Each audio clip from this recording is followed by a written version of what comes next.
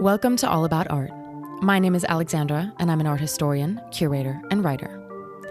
Within this podcast, topics relating to art history, cultural policy, the art sector, as well as a large range of other art-related topics will be covered. Conducting critical discussions, having entertaining exchanges, or just enjoying some relaxing chats, All About Art is where you'll find it all. Join me in exploring and developing cultural discourse. Welcome to another episode of All About Art. This episode is a special one because All About Art is turning 1. And for this special anniversary episode, I sat down with the phenomenal museum director, Sabine Haag. Sabine is an Austrian art historian and is the director of not only one of the most renowned museums worldwide, the Kunsthistorisches Museum, but also the associated institutions as well. This Museumsverband includes the Vienna Museum of Ethnology and the Austrian Theater Museum, so 3 institutions in total. A woman who has set an example in the arts, Sabine has been leading the Museumsverband since 2009, so over a decade. In this episode, I ask her all about her career path, starting from her education as an art historian and further to her earlier professional positions in the arts, spanning all the way to present day. I ask her about her role as director and what that really entails. She gives advice on those seeking to follow in her footsteps, so if your dream is to lead a museum one day, do stay tuned. I want to thank Sabine for taking the time to sit down and chat with me, as well as Natascha Graf and the rest of the Generaldirektion at the Kunsthistorisches Museum for assisting in the facilitation of this marvelous episode, which was not only an absolute joy for me to record, but will hopefully be enjoyable and educational for all of you lovely listeners as well. Before I dive in, I wanted to let you lovely listeners know that All About Art is on Patreon. So if you want some behind-the-scenes content, maybe a bit of merch, the chance to get one-on-ones with me and my guests, or you're simply wanting to support this project, I would be absolutely thrilled if you decided to sign up. You can do so through the link in the show notes. I also wanted to say thank you to those who have already signed up. Your support means the world, and it makes the further production, improvement, and growth of the podcast possible. And for that, I'm incredibly grateful. And now, on to the interview. So, Sabine, I would like to begin with the basics. Would you mind telling me and our listeners about your background and your education? What did you study, and when did you decide to enter into the arts? Well, Alexandra, thank you very much for inviting me to this podcast, and I'm very happy to tell you more about my professional career.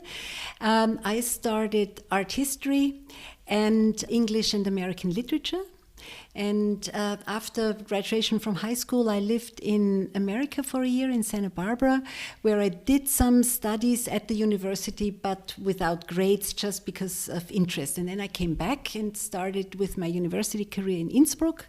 And after 4 semesters, I continued in Vienna, where I finally graduated and where I also did my PhD. Amazing. And you have had quite an impressive career so far, conducting your research and working at the Kunsthistorisches Museum for the majority of your career, starting as a curator and then moving upwards from there. How did the experiences in these different roles within one institution impact your career? And what are some of the lessons that you took with you throughout all of these different roles? Yeah, that's a good question.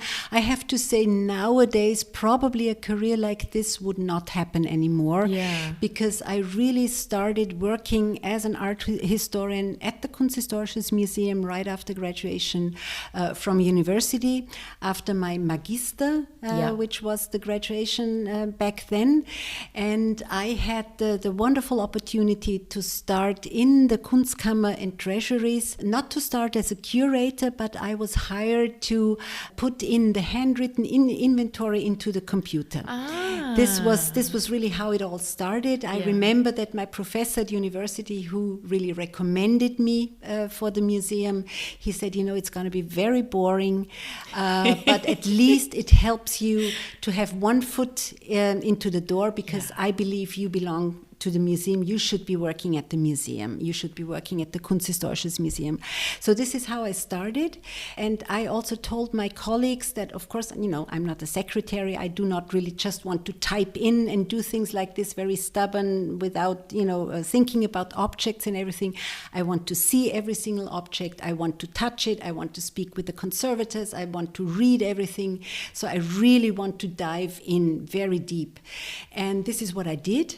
And so after a year, not even a year, I think after half a year, they told me, well, if you want to stay with us, you have to write your PhD, because, a degree below that is not really something where you would be accepted at the Kunsthistorisches Museum. So I said, okay, I write my PhD, which I wrote on our ivory collection. And so this was really the beginning of my career at the Kunsthistorisches Museum. After 5 years of doing the inventory stuff, but also doing my PhD, but also working quasi as a curator in the collections, I was accepted as a curator, and of course, what has always been, I think, the greatest asset for my future career back then was that I just really knew what it meant to work at a museum from the very bottom, which means that I was really familiar with the objects. I could see every object. I could talk to the conservators and everything. And I had 5 years of time to do that. So because we have about 10,000 objects, which I had to put into the computer. And I think this really laid the basis to everything else that I did for the museum later on. So after becoming a curator in the Kunstkammer, in the Treasury, after some time, I became a deputy director of the collection. And after this, I became director of the collections. In the time in between, I left the museum for 3 years because I had my 3 children, but I came back on the second birthday of my twins, first part-time, but then full-time. When I finally became director of the collections, I thought, this is it. This is the most perfect job. And I didn't really ask for more. And then, of course, something happened which you cannot plan. I was asked to become Director General, not only of the Kunsthistorisches Museum, but of our museums group, of our museums holding. Right. So that was it. And you asked me, what do you think was important for your future career? I think this is really that I really learned everything from the basis. I had the chance to learn how the different steps in the museum, the different works, the different responsibilities, the different aspects. And I think this has always been, most helpful to me. Plus, of course, what I realized that wherever I came and had a reference and said, well, I'm Sabine Haag coming from the Kunsthistorisches Museum, even when I was still a small curator, this really opened the doors. And so I knew that working for the Kunsthistorisches Museum in a position as curator was really something special. That sounds phenomenal. And I think there's something that I would really say, I need to take a page out of your book. And if I'm ever in a position where I feel like I'm not being challenged, I will speak up and I will say, I want to look at the objects and I want to find out more, because I don't want to just be putting things into a database. And I think that's really a huge piece of advice that a lot of people can take and really implement in their career to further themselves. I think that's a very important point, because also my experience is that there are job descriptions, but at the end, what counts is what you make out of your job.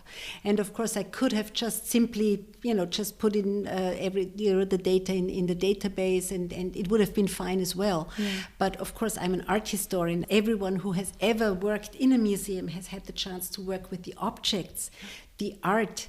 This is something that really catches you and that ties you to the objects, to the art, and you always want to be close. And that's really the unique point about working in a museum, working with the objects, being so close like no one else can. Absolutely. And what does the normal day of a museum director look like? What are your tasks? Well, first of all, no day is like the previous day. It's Yeah. always challenging. It's most of the time it's rewarding. Sometimes it's frustrating. Sometimes you're alone with your decisions. But basically, what do you do? I mean, my field of competence is huge. I'm like the boss of everything. But we have curators, we have conservators, we have the publications, we have education, we have marketing, we have sponsoring, we have exhibitions, all of this. Plus, we are an international museum. So all of this, in some ways, I have to deal with. Mm-hmm. And so, of course, I do speak to my colleagues. We speak about the research strategies. We speak about the education strategies, we speak about exhibitions, we speak about international contacts, we speak about conferences, but of course we also speak to our stakeholders, to the ministry, to the friend societies and stuff like this. So it's a very wide range. And of course a huge thing, which I have to say of course is not my favorite, are the staff agendas. When we do the budget every year, we have to decide, can we afford to bring in new curators? Can we afford to bring in new conservators? Or do we just have to save money and we cannot fill up the positions? And so this is really the tough thing, working with the budget. You have the feeling it's never enough. Yeah. And of course, I mean, we've all gone through 2 years of the pandemic now. And I can really tell you, being director of a huge museum like ours during these times was not an easy task, I have to say. Because, you know, from one day to the other, all of a sudden, everything was stopped. There was no revenue, there was no income, there was no visitors, nothing. But also nothing where you could, you know, no handbook where you could say, well, let's look up what did we do the last time when we had the pandemic. Yeah, exactly. So that was very difficult, a lot of learning, a lot of work for not so much output. Yeah. A lot of frustration with many of us, but of course we wanted to move on. We wanted to look towards the future. We wanted to keep on going. We wanted to keep on doing our research, to keep our international relations, to do our exhibitions or to develop exhibitions. So this was really probably one of the phases that were very strenuous, full of work, full of responsibilities. Not so much working with the arts. Yeah. And so if I could do it again, I would rather skip those 2 years. Yeah. I think a lot of us feel that way. I think I can completely understand where you're coming from. But looking at some of the experiences that you've had, what is the favorite part of your job or the coolest thing that you've had the opportunity to do in your professional career so far? Well, the favorite, of course, is always working with the objects, because this is why we work at the museum at all. Mm-hmm. And we are in the fortunate position, the lucky position to really work with the objects, to study them, to read a lot about them, to deal with them for a long period of time. And of course, to detect what is the story behind the objects. What can a painting, a sculpture, a musical instrument, a uniform, what can they tell us? And of course, it's much more than just saying it was done by this and this artist at this and this time, but really to contextualize and also to connect it with other objects, to see how did it come into the collection, why was it commissioned at all, why did maybe one of the patrons commission it, why did one of the Habsburg family finally buy it. Yeah. So these are really the interesting things, I have to say, to really tell the stories, to make the objects come alive for our visitors, but also for our peers. And so rewarding is to have these conversations with colleagues, but also, of course, with our audiences. So I think this is probably the most privileged things that I have to deal with, or that I have to cope with. And plus, what is really fantastic, of course, we get to travel a lot. We Yeah. got to travel a lot. At the moment, it's not so much, but Yeah. you get to travel a lot, and you always speak to interesting people, to inspiring people, to sensitive people. And of course, most wonderful is if you speak to someone who is probably not as knowledgeable as you might be, and then all of a sudden you explain something or you show something, and then the person says, "Wow, this really makes my day." And so if you can sparkle something, this is the most rewarding thing, I would say. Yeah, I completely understand that, because when I studied art history, every time I learned something new, it just felt like I was growing as a person as well, because I was looking at how these different cultures and how these different people expressed certain themes and concepts, and you just feel you have this spark, you have this wow effect at so many things. Plus, it shows you that it makes sense what you do. It's not l'art pour l'art, and you do it only for your own satisfaction or for your own intellectual satisfaction, but you really add something to the society, to the individual's well-being, to his understanding, to his personality, to his emotions. Yeah. And I think this is the rewarding thing, that it makes a difference what you do. And that's the mission. I know that we spoke a lot about how much the objects mean, but when it comes to people, what qualities do you look for in the people that you want to work with, be it, let's say, employees or collaborators or even in some form artists? Well, of course, what connects us is the love for the arts, that they believe in the same way as I do that art can do something to you, that can add something to the individual, to society, that it makes the world better, richer, and that it helps you to understand our lives, that it understands what's happening around us. And of course, if we're talking to future employees, of course, I want to feel their passion, I want to feel their dedication, I want to feel their curiosity. Of course, I also want to feel their responsibility, that they accept challenge, that they know it's hard work, that they have some kind of resilience, and of course that they're accurate, that they're honest people, and that they are team players. More than ever, I think this is important. And of course, if we speak to potential donors, it's the sharing the passion for the arts, sharing the passion of our mission, and also that the museum doesn't belong to one person or to one individual group, but that it really is there to enrich in our lives, to tell us where do we come from, who are we, to understand better who we are, the complexities of mankind, and then of course the responsibility and the passion that with this we can change the world in a smaller sense or even in a larger sense. Yeah, I think that's really, really beautiful, and it's you articulating why I go into the art, or why I've gone into the arts, or why others go into the arts, and it's so true. And you mentioned earlier on in the podcast that the career that you've had thus far, or how you went about your career, that may not be possible nowadays. So if someone wanted to aspire to have a career like yours, how do you think that they should go about it? What are some of the tools that someone should have in their professional toolbox? Well, of course, as I mentioned, openness, curiosity, a very solid education. Yeah, I think this is important. Even more so, probably not only history of art, but even other educations may more be in the business sense, or communication or marketing or something like this, really to widen your professional education, I think is important.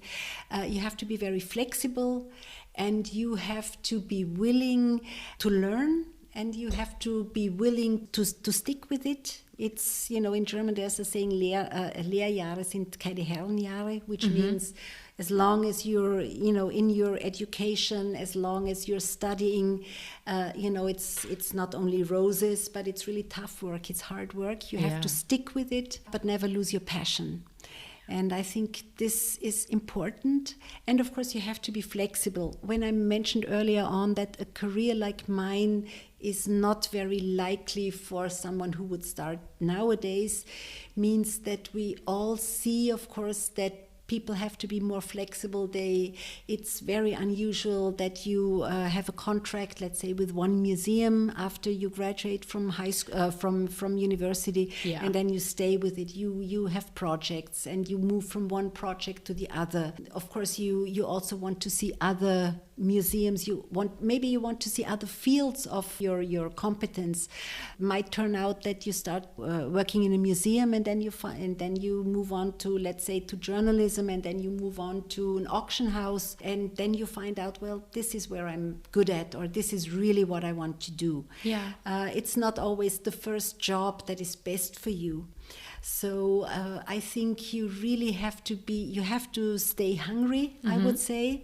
And especially for females, I have to say, go for it, ask for it. And as you said, ask what you want to learn, and don't be too obedient, let's put it that way.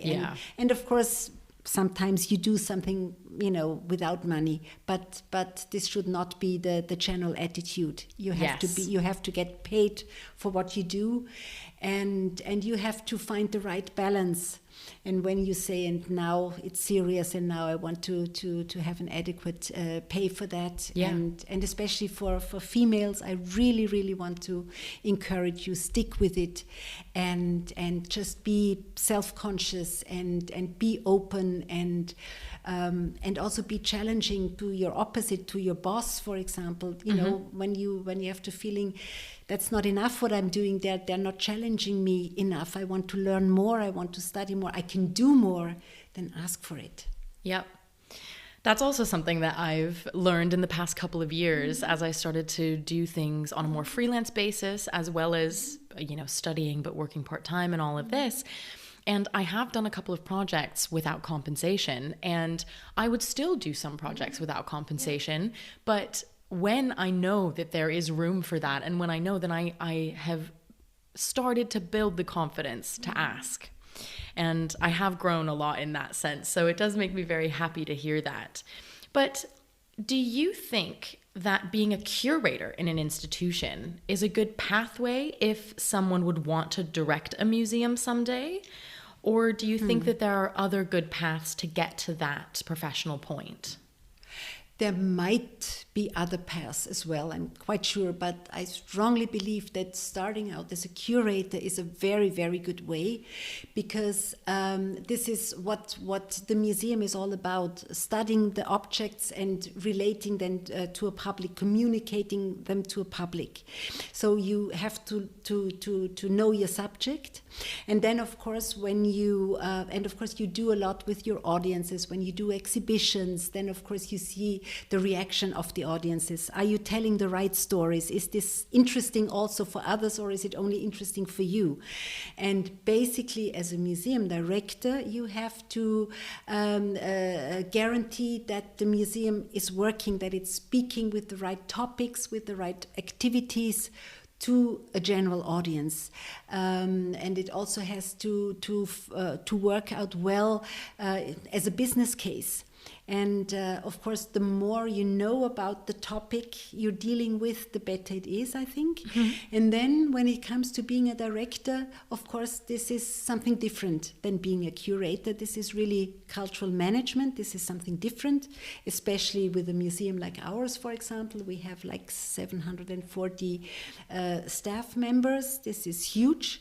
And you have to be there for everyone, and you have to know what everyone is doing and why are they doing it, and you have to find strategies for them. But coming back to your question, I think being a curator is probably the best qualification, And then, of course, when you really want to become the leader of an institution, when you want to be at the helm of an institution, you also have to have some other competences as well. You have to, of course, show leadership, you have to have management qualities, you have to understand the budget, and things like this. But I strongly believe that no matter how small or big a museum is, I believe that always someone coming from the arts should be the leader of the museum, not a manager, not a business administrator. It's really, for me, at least that's my opinion, because you really have to understand what the institution is all about, what is the DNA of an institution. Yeah, you have to be able to prioritize. And when you come from the arts, you know what is important. And when it comes to people who aren't in the arts, I think that that's something that I'm always trying to think about is when it comes to arts accessibility and arts engagement, and how it's always our aim within the arts as professionals to touch people outside of the sector as well. And so what piece of advice would you give someone wanting to enter into the arts who isn't maybe sure yet if this is the sector for them professionally? Well, try out. Museums are so accessible. They're open to everyone. And you just have to, see it for your own experience. Does the sector speak to you? Is it something that you want to bring in all your professional competence, all your energy, all your time? And is this really something that you think that makes sense? And is it something that you think that you can relate to? And if you say yes, then it's fine.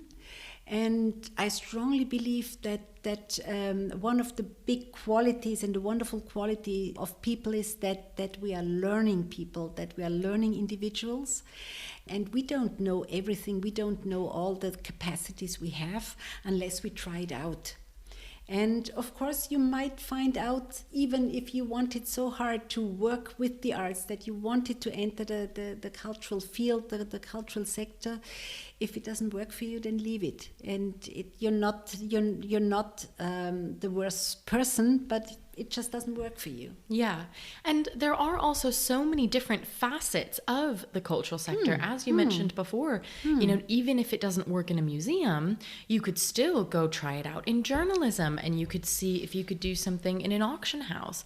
And these types of, it's such a large sector, and there are so many different attributes that someone could bring that would be a joy in a certain part of the sector where it maybe not would be as appreciated in another.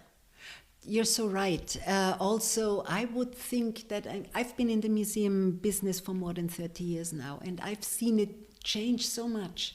When I entered the museums world right after university, I found out I had the completely wrong picture of what they were doing in a museum. I had actually, nowadays, I have to say, I had no idea what they were really doing. So when I found out, and when I had the chance to really dive in and see how many, as you said, how many facets and how many activities and how many different fields of competence there are nowadays in a museum, that's fascinating. And of course, many fields of competence in a museum, many fields of competence in journalism, many fields of competence in education. It could be formal academic education, it could be something else.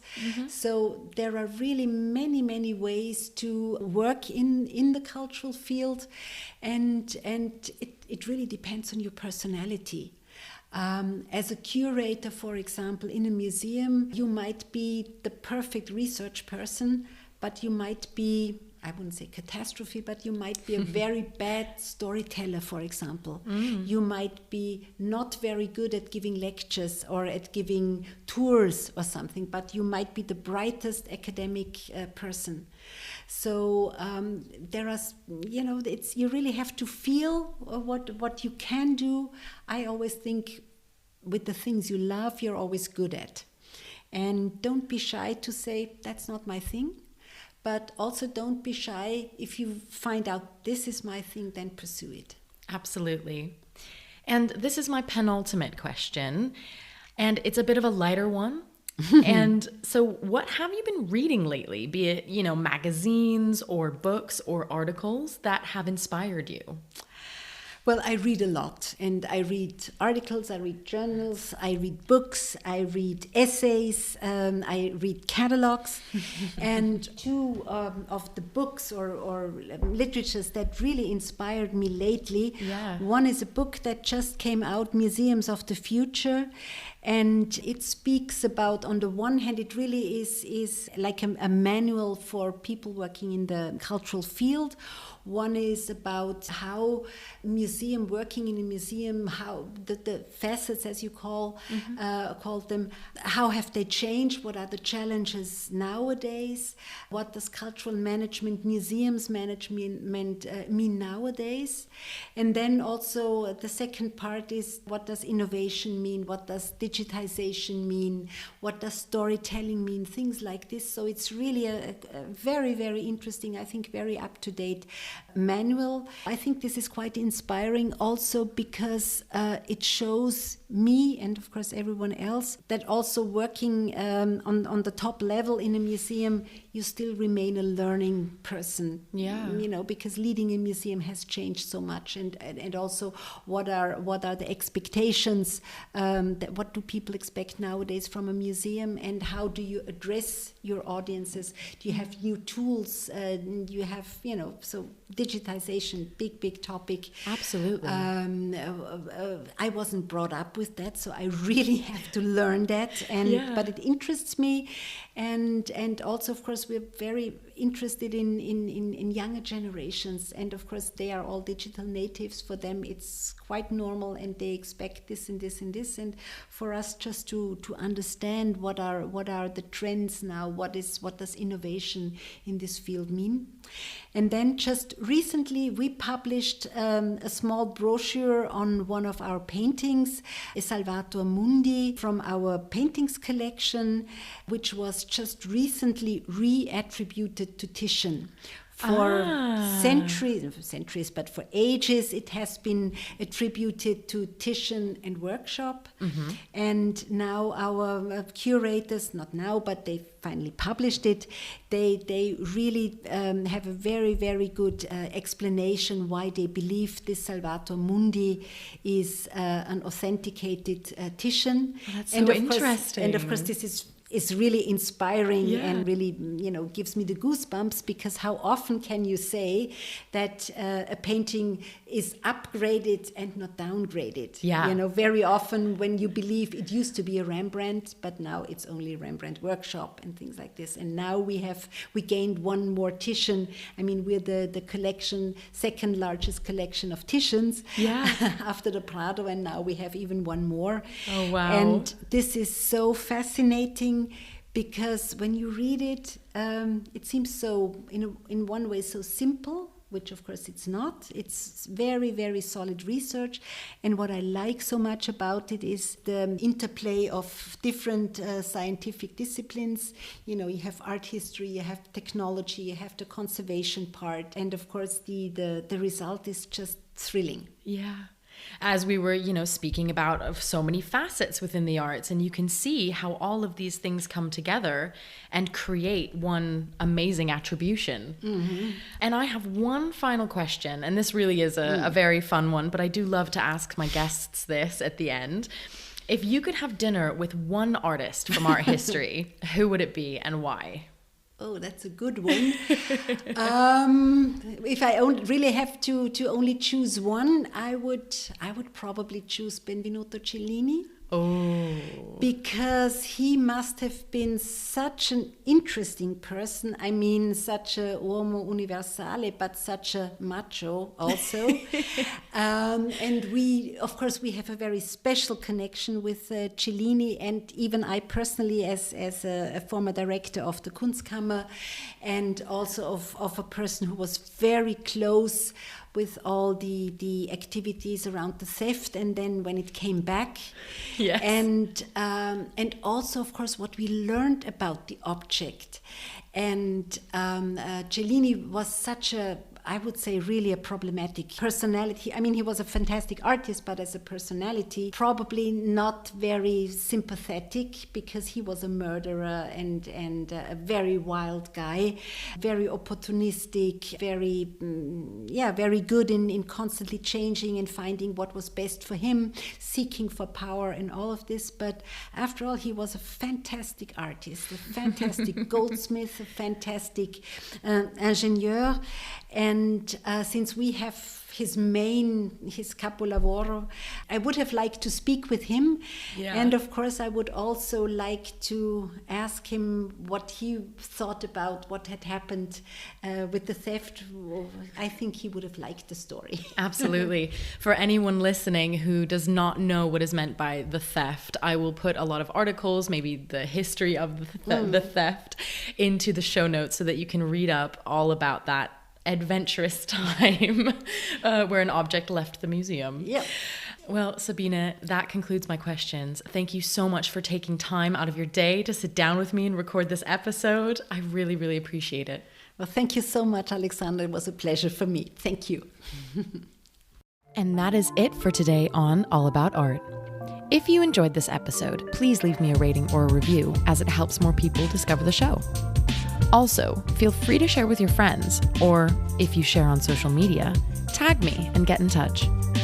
Thank you so much for listening.